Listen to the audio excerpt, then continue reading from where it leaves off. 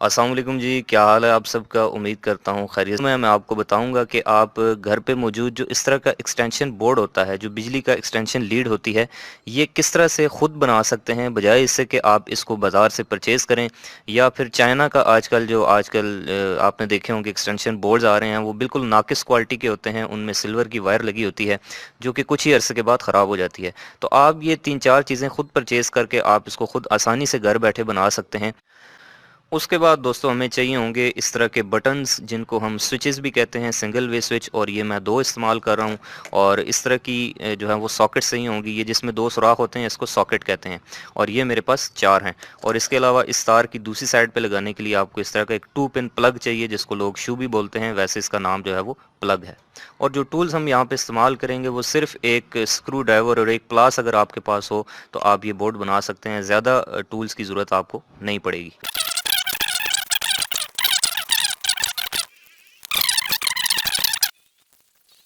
ये हमेशा पहले आएगी स्विच की एक साइड पे, आप नीचे वाली साइड पे दे दें, तो यहाँ पे आपने लगा देनी है, और उसके बाद दूसरे स्विच की भी नीचे वाली साइड जो इनपुट साइड है उसके ऊपर हमने लगा देनी है। यानी कि जो फेज़ है ये इस स्विच की भी इनपुट पे दे देना है, दूसरे स्विच की इनपुट के ऊपर भी दे देना है। अभी देखें ये फेज़ इस स्विच में भी आ रहा है और यहाँ से इसके ऊपर भी देने के लिए मैं एक तार का छोटा सा जो टुकड़ा है वो इसके साथ इस्तेमाल करूँगा।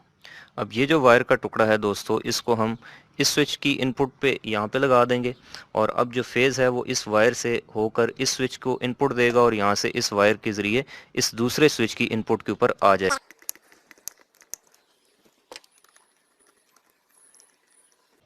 आप यहाँ पर देख सकते हैं कि जो फेज़ वायर है वो हमारी इस स्विच की इनपुट पे आई और यहाँ से दूसरे स्विच की भी इनपुट के ऊपर आ गई। बस ये जो वायर है ये आपने इतनी ही मूव करनी है, और इसके साथ ये जो न्यूट्रल वायर है ये हमने इन स्विचेस के अंदर नहीं देनी, याद रखना है। अब दोस्तों मैं आपको बताऊं तो ये जो हमारा फेज़ है, जो सप्लाई का फेज़ है, ये इस स्विच की इनपुट के ऊपर भी आ रहा है नीचे, और यहीं से इस वायर के ज़रिए इस दूसरे स्विच की इनपुट के ऊपर भी आ रहा है। अब हमने चूँकि इस सॉकेट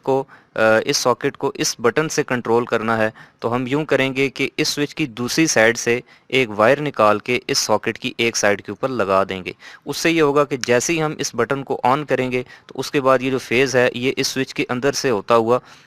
उस वायर के ज़रिए इस सॉकेट में आ जाएगा और ये सॉकेट कंट्रोल होगी। और ये जो चारों सॉकेट्स हैं इनकी जो दूसरी साइड है वहाँ पे हमने न्यूट्रल दे देनी है। ये जो सप्लाई की न्यूट्रल है ये डायरेक्टली इन चारों सॉकेट्स की एक एक साइड के ऊपर पहुँचा देनी है। तो चलिए पहले ये जो न्यूट्रल वायर है इनको इस सॉकेट्स के साथ लगा लेते हैं। तो उसके लिए ये वायर आपने इस एक सॉकेट में देनी है, और उसके बाद एक लंबी वायर के ज़रिए इन चारों सॉकेट्स को कॉमन कर देना है, ताकि ये न्यूट्रल जो है वो इस सॉकेट में और उसके बाद इन तीनों सॉकेट्स के अंदर भी चली जाए। तो अब दोस्तों ये जो न्यूट्रल वायर है इसको हम इस पहली सॉकेट के अंदर इस तरह से इंसर्ट कर लेते हैं, और अब ये एक वायर मैंने इस तरह से इसकी शेप दे दी है, और ये इस न्यूट्रल को यहाँ से आगे इन तीनों सॉकेट्स के साथ कॉमन कर देगी। और चूंकि मैं इसको इन तीनों के साथ लगाना चाहता हूँ तो मैं इस सारी की इंसुलेशन यहाँ से रिमूव कर,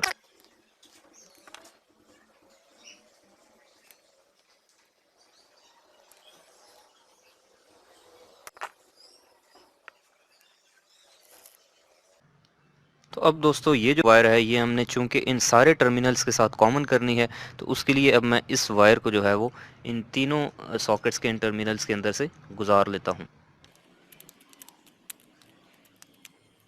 और उसके बाद इन तीनों स्क्रूज के ऊपर से टाइट कर लेते हैं ताकि ये अच्छे से ग्रिप कर ले।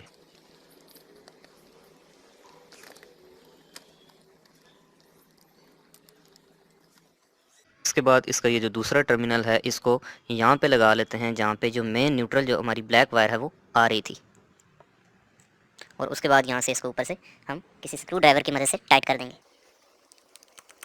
तो अब दोस्तों आप यहाँ पर देख सकते हैं कि सबसे पहले जो हमारा फेज है वो इस स्विच में आया, और यहाँ से हमने इसको दूसरे स्विच की इनपुट के साथ भी कॉमन कर दिया, और जो हमारी मेन न्यूट्रल आ रही है वो इस सॉकेट में भी आ रही है, और यहाँ से इस वायर के जरिए इन सारी सॉकेट्स में ऑलरेडी हमने पहुंचा दिया, कॉमन कर दिया। अब दोस्तों मैं चाहता हूँ कि मेरा जो पहला बटन है, पहला स्विच है, इससे मैं इस सॉकेट को कंट्रोल करूँ, और जो दूसरा मेरा स्विच है, जो दूसरा बटन है, इससे मैं चाहता हूँ कि इससे आगे वाली तीन सॉकेट्स हैं ये तीनों कंट्रोल करूँ। तो उसके लिए मैं यूँ करूँगा कि इस स्विच की दूसरी साइड से एक वायर निकाल के इस सॉकेट में दे दूँगा, और यहाँ से एक वायर निकाल के इन तीनों सॉकेट्स में दे दूँगा। उसके बाद हम पहले स्विच ऑन करेंगे तो ये वाली सॉकेट चलेगी, और दूसरे स्विच ऑन करेंगे तो तीनों सॉकेट्स चलना शुरू हो जाएंगे।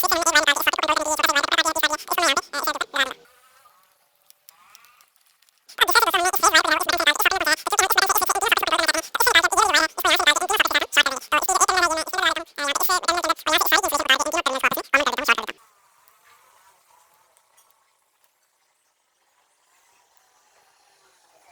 तो अब सबसे पहले ये जो वायर है दोस्तों, इसको हम यहाँ से एक टर्मिनल से निकाल के उसके बाद इन सारे टर्मिनल्स को जो है वो आपस में कॉमन कर लेते हैं।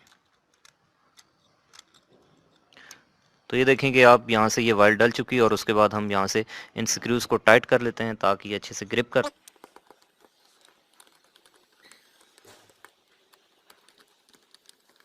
तो आप देख सकते हैं दोस्तों कि हमारी जो वायरिंग है ये कंप्लीट हो चुकी है। सबसे पहले जो फेज़ वायर है वो हमारी इस पहले बटन में आई है यहाँ से, और यहाँ से दूसरे बटन में भी इसके नीचे वाली साइड पे, दोनों के नीचे वाली साइड पे चली गई है। और उसके बाद हमने चूँकि इस सॉकेट को इस बटन से कंट्रोल करना था, तो हमने इसकी दूसरी साइड से इसमें दे दी वायर, और इसकी दूसरी वायर से आगे इन तीनों सॉकेट्स को कॉमन कर दिया। और जो हमारी मेन न्यूट्रल वायर थी वो हमने चारों सॉकेटों में जो है वो कॉमन करके दे दी।